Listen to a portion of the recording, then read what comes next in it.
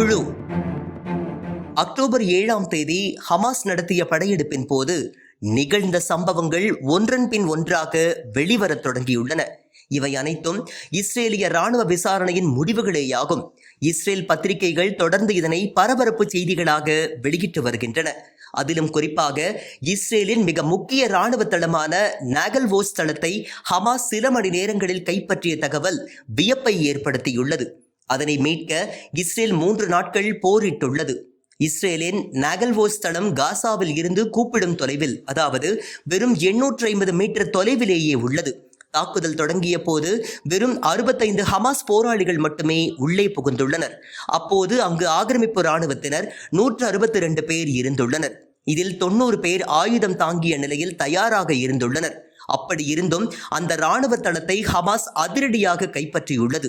இந்த தகவலை இஸ்ரேலின் டைம்ஸ் ஆஃப் இஸ்ரேல் ஊடகம் இஸ்ரேலிய ராணுவ தரவுகளை சுட்டிக்காட்டி செய்தி வெளியிட்டுள்ளது.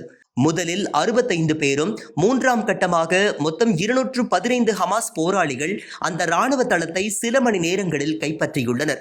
அங்கு பாதுகாப்பு பணியில் இருந்த ஆக்கிரமிப்பு ராணுவம் விட்டில் பூச்சிகளை போன்று சுருண்டு விழுந்து இறந்துள்ளனர். இது இஸ்ரேலிய ராணுவ வரலாற்றில் மிக பெரிய தோல்வி என்று ராணுவ தளபதிகள் வர்ணிக்கின்றனர்.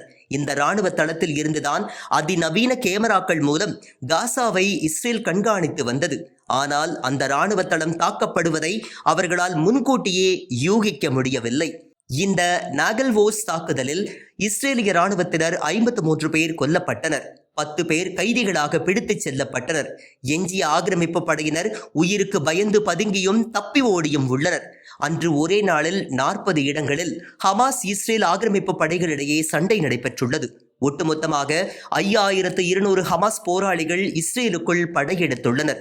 இந்த அனைத்து தகவல்களையும் இஸ்ரேலின் கர்னல் ஐடிஓ காஸ் தனது விசாரணை அறிக்கையில் தெரிவித்துள்ளார்.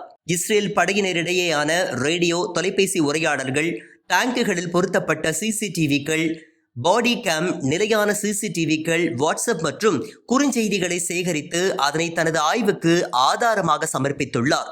இஸ்ரேல் வரலாற்றில் இந்த போரின் பெரும்பாலான நிகழ்வுகள் கண்காணிப்பு கேமராக்களில் தெளிவாக பதிவாகியுள்ளதாகவும், இதற்கு காரணம் அதிக கண்காணிப்பு கேமராக்கள் உள்ள இராணுவ தளம் நாகல்வோஸ் என்றும் அவர் கூறியுள்ளார். வீடியோவை உங்களுக்கு வழங்கியோர் www.alyaonlinestore.com. ட்ரை ஃப்ரூட்ஸ், நட்ஸ், கிமியா பேரிச்சம்பழம், குழந்தைகளுக்கான விளையாட்டு பொருட்கள் உள்ளிட்ட 100க்கும் மேற்பட்ட பொருட்களை இந்த இணையதளம் மூலம் வீட்டிலிருந்தே வாங்கிக் கொள்ளலாம். மேலும் விவரங்களுக்கு 9080394821 என்ற வாட்ஸ்அப் எண் மூலமாகவும் தொடர்பு கொண்டு பொருட்களை வாங்கலாம்.